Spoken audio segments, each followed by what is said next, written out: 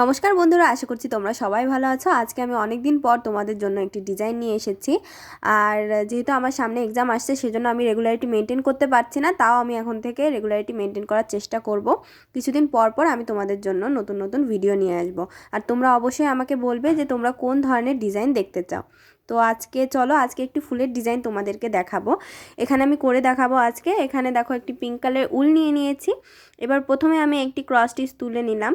এই ক্রস স্টিচটি তোলার পরে আমি কৌণিক বরাবর আরও দুটো ক্রস স্টিচ তৈরি করে নেব। আর এখানে ক্রস স্টিচগুলো কিন্তু আমি দুটো করে ঘর নিয়ে তৈরি করছি। তো তোমরাও সেমভাবে দুটো করে ঘর নিয়ে ক্রস স্টিচগুলো তৈরি করবে। তো দেখো, দুটো করে ঘর নিয়ে ক্রস স্টিচগুলো তৈরি করে মোট কৌণিক বরাবর আমি 3টে তৈরি করেছি। প্রথমটাকে ধরে নিয়ে এবার আমি বিপরীত দিকে কৌণিক বরাবর এই লাস্টের ক্রস স্টিচটিকে 1 নম্বর ধরবো, আর কৌণিক বরাবর আরও দুটো ক্রস স্টিচ আমি তৈরি করে নেব। তো দেখতেই পাচ্ছ আমি 2 নম্বর ক্রস স্টিচটি তৈরি করছি। এবার 3 নম্বর ক্রস স্টিচ তৈরি করব। আমি আগের লাইনের একটি ক্রস স্টিচকে 1 নম্বর ধরে কিন্তু এখানে 3 নম্বর ক্রস স্টিচ তৈরি করছি।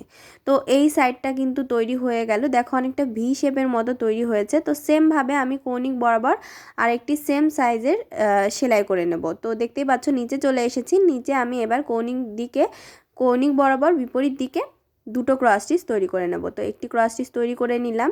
তো এই মিলে কিন্তু দুটো ক্রস স্টিচ হলো কৌণিক বরাবর, আর এখানে 2 নম্বর, তো 3টে। তো এভাবে করে তোমরা কাউন্ট করে পুরোটা বক্স কমপ্লিট করে নেবে। বক্সটা কমপ্লিট করার পরে আমরা পাপড়ি তৈরি করব।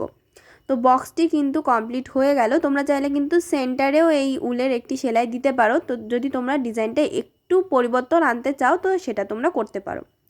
এটুকু করার পরে দেখো আমি এখানে ওপরে চলে এলাম। ওপরে যে ক্রস স্টিচটি আছে সেটি বরাবর হলুদ রঙের উল নিয়ে নিয়েছি। এখানে আমি প্রথমে একটি ক্রস স্টিচ তৈরি করে নিচ্ছি।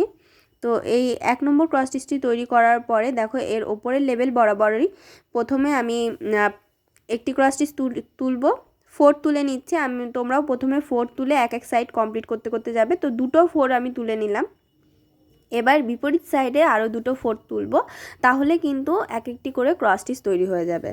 তো দুটো ক্রস স্টিচ তৈরি করলাম। 2 নম্বর লাইনে কিন্তু তোমরা অবশ্যই দুটো ক্রস স্টিচ তৈরি করবে। 3 নম্বর লাইনে তোমরা গ্যাপ দিয়ে সেলাই করবে। তো প্রথম লাইনটি অবশ্যই তোমরা সেম রাখবে। তো দেখো, প্রথম লাইনে আমি একটি 4 তুলেছি, পরের লাইনে আমি একটি গ্যাপ রেখেছি 4-এর, তারপরের লাইনে আমি আরেকটি 4 তুলেছি। তো এবারে আমি এই গ্যাপটিকে রেখেই কিন্তু এই ক্রস স্টিচ দুটো কমপ্লিট করে নেব। এবার তৃতীয় লাইন হয়ে গেল। চতুর্থ লাইনেও কিন্তু আমি এই ওপরের লেভেলটা সবসময় সমান রাখছি। চতুর্থ লাইনের এক্ষেত্রে যেখানে গ্যাপ ছিল তার উপরে আরেকটি ক্রস স্টিচের 4 পড়বে, আর যেখানে আমি ক্রস স্টিচ তুলেছি সেখানে একটি গ্যাপ সৃষ্টি হবে। অর্থাৎ দুটো 4 তোলার পরে একটি গ্যাপ রেখে আবার আমি আরেকটি ক্রস স্টিচ তৈরি করে নিচ্ছি। তো তোমরা কোন ধরনের সেলাই দেখতে চাও অবশ্যই আমাকে জানাবে। আমি চেষ্টা করব দেওয়ার। যদিও আমার সামনে এক্সাম বলে আমি সেভাবে রেগুলারিটি মেনটেন করতে পারছি না, তবুও আমি সপ্তাহে দুটো একটা করে ভিডিও দেওয়ার চেষ্টা করব। তোমরা অবশ্যই আমাকে জানাবে যে কোন ধরনের ডিজাইন তোমরা দেখতে চাও। তো দেখতেই পাচ্ছ একটি ক্রস স্টিচ কমপ্লিট হয়ে গেলে এবার আমি প্রথমে যেই দুটো 4 তুলেছিলাম সেই দুটো 4 আমি কমপ্লিট করে নিচ্ছি। তো এটা কমপ্লিট হয়ে গেলে আমি আবার উপরের লেভেলে চলে যাচ্ছি। দেখো এখানে 5টি লাইন হবে। তো 4 নম্বর লাইন আমার কমপ্লিট হয়ে গেছে। এবার 5 নম্বর লাইনটি আমি কমপ্লিট করব। 5 নম্বর লাইন পর্যন্ত কিন্তু এই ওপরের লাইনের যেই ক্রস স্টিচগুলো আছে সেগুলো লেভেল সমান থাকবে। তো এটা দেখো, এখানে একটি ক্রস স্টিচ তুলে একটি গ্যাপ রেখেছি। যেহেতু দেখো এখানে আগের বার কিন্তু যেখানে গ্যাপ ছিল তার উপরে ক্রস স্টিচ তুলেছিলাম। এবার ওই ক্রস স্টিচটির উপরে আমি গ্যাপ তৈরি করছি। তো আবার একটি ক্রস স্টিচ তুললাম, আবার একটি গ্যাপ রেখে আরেকটি ক্রস স্টিচের আবার 4 তুললাম। তো এভাবে করে তোমরা গ্যাপ রেখে রেখে সেলাই করবে।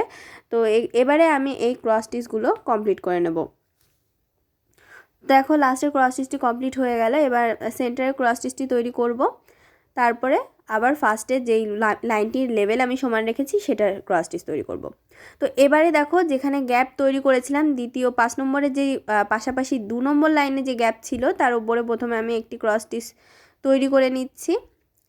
তারপরে যেই ক্রস স্টিচটি আমি তুলেছিলাম তার উপরে একটি গ্যাপ তৈরি করে নিচ্ছি।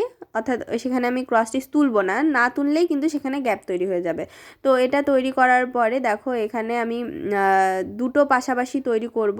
আগেরবার আমি যখন প্রথমে সেলাই স্টার্ট করেছিলাম, প্রথমে যেই লাইন বরাবর সেলাই স্টার্ট করেছিলাম সেই লাইন বরাবর কিন্তু আমি লেভেল সমান রেখেছিলাম আর ক্রস স্টিচগুলো কিন্তু রেখেছিলাম। 5টি ক্রস স্টিচ লম্ব বরাবর আছে দেখো। আর এবার এই সাইডে আমি 5টি ক্রস স্টিচ তৈরি করব।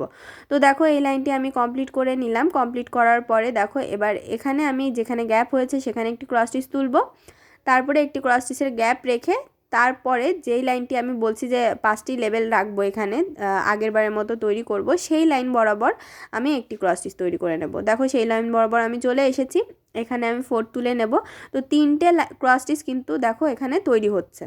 তো এই 3টে ক্রস স্টিচ তৈরি করার পরে 3 নম্বর ক্রস স্টিচের লাইন হচ্ছে এখানে। তো এই লাইনটি কমপ্লিট করার পরে আমি পাশাপাশি 2টো ক্রস স্টিচ তুলব। তো এক্ষেত্রে কিন্তু একদিকে দেখো গ্যাপ পড়ছে, একটা একটা করে ক্রস স্টিচ কমতে কমতে যাচ্ছে। তো তোমরা সেমভাবে সেলাই করে নেবে। সেলাইটি কিন্তু খুবই সহজ, তোমরা সহজেই এটা তুলে নিতে পারবে। তো দেখতেই পাচ্ছ আমি 2টো ক্রস স্টিচ তুলছি।